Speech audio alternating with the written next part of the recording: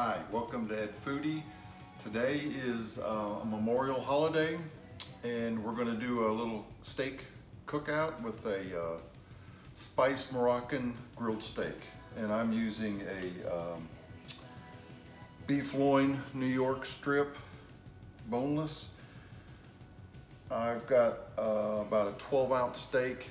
So I'm going to cook it whole 12 ounces and I'm just going to cut it in half, and 6 ounces will be plenty for Catherine and I.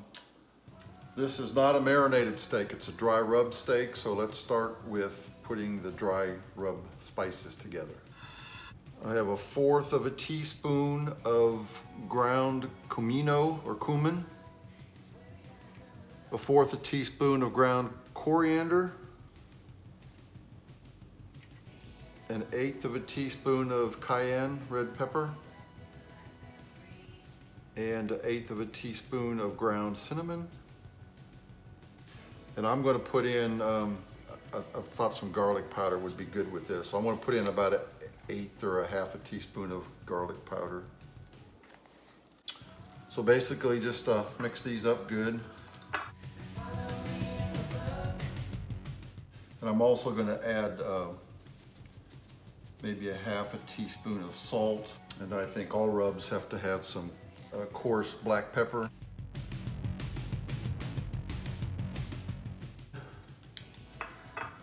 So now we'll take our steak. You pat it dry, but this seems like it's pretty dry already. So I'm just going to rub, half of this in on one side, half of it in on the other side.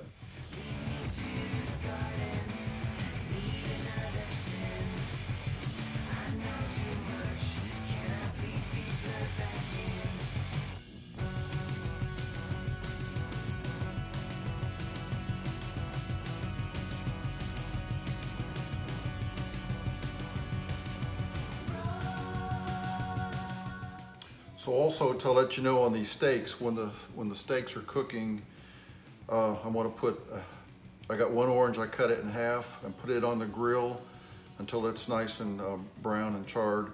Then we're going to sprinkle the juice from the orange on the steak. So that sounds like it's an interesting taste.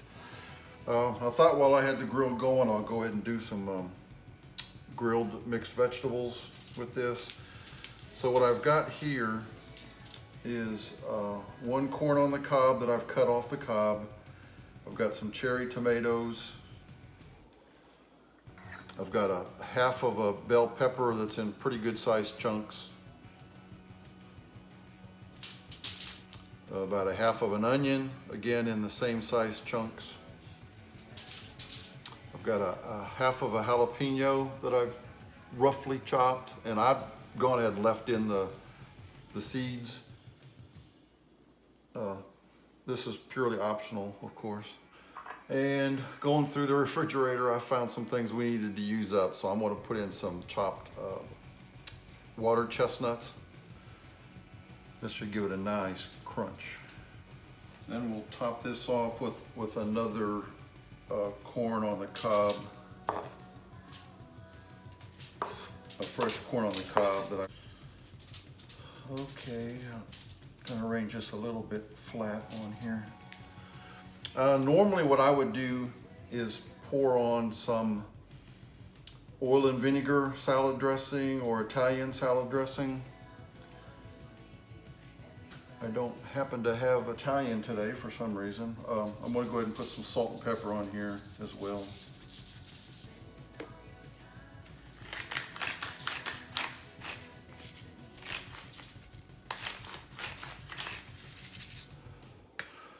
So I'm just going to pour some balsamic vinaigrette is what I have, but normally I would use Italian dressing.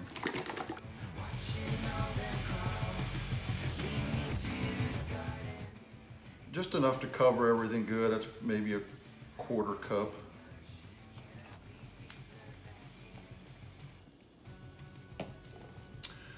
So how I normally do mine is I'll just fold this up as the best I can.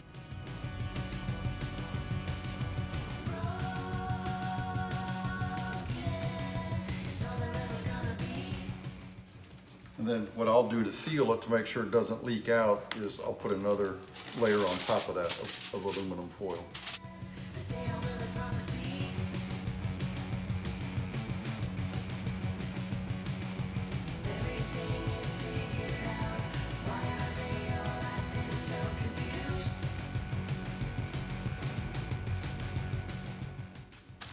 So that's good. It should not leak out when we put it on the grill, and then we'll have to flip it over one time.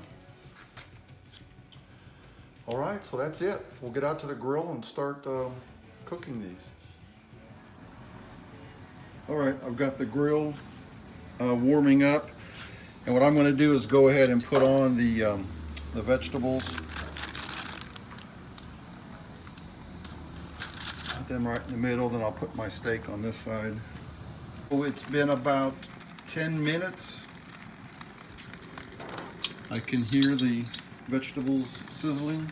So I'm gonna turn this over.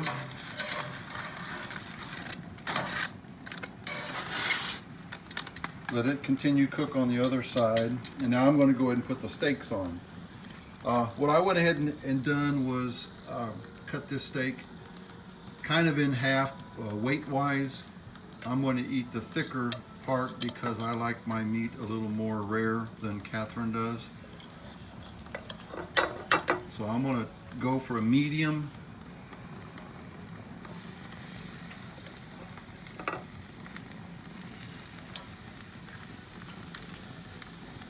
I'm going to cook this for about 4 to 5 minutes, and then we'll come turn them over.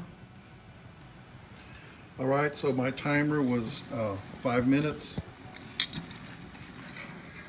Flip these over. Nice grill marks on there. I'm gonna put Catherine's in the back since it probably is a little bit hotter back there. I'll put mine up front. Let's flip the vegetables one more time. And let's go ahead and put on the oranges. These will cook pretty fast.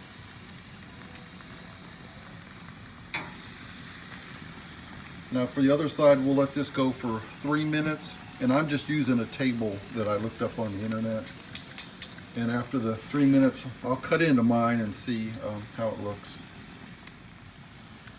I cooked 3 more minutes, and I cut into mine. Mine looks pretty good. I like it medium. So I'm going to go ahead and take mine off.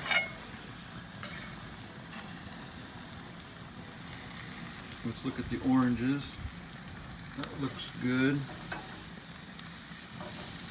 By the way, these oranges I bought, you know, this, like I said, it's Memorial Day. They're called heirloom oranges, and they are so good. You know, usually oranges are December and January, but these are so sweet and so juicy. It's I was really impressed at how great they were. So if you see them, be sure to buy some. Let's flip Catherine's a little bit. We'll take these, by the time we're done taking all those in, we'll come back out and get Catherine's steak. And I'll go ahead and turn the burners off. I had these on like half medium, high. Or like medium, high. And the temperature was about at 500. So there's Catherine's. Let's bring everything in and we'll have a taste of it. Okay, now you're supposed to squeeze some of that orange onto your steak.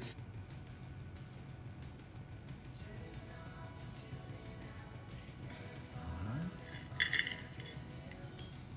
right.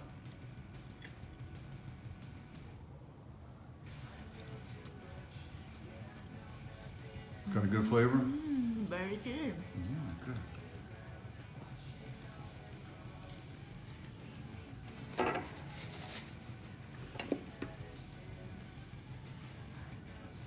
Mickey's ready for a taste.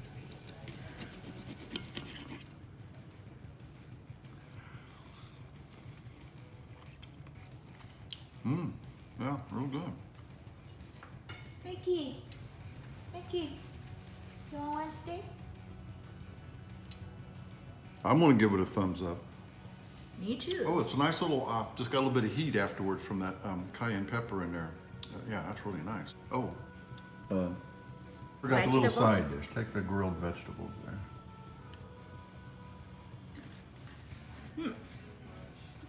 What's the white one? Crunchy. We had some leftover water chestnuts. Yeah, it's good. And actually that balsamic vinaigrette did a really good job. I really like that on vegetables. It gave it a little bit of a sweet taste.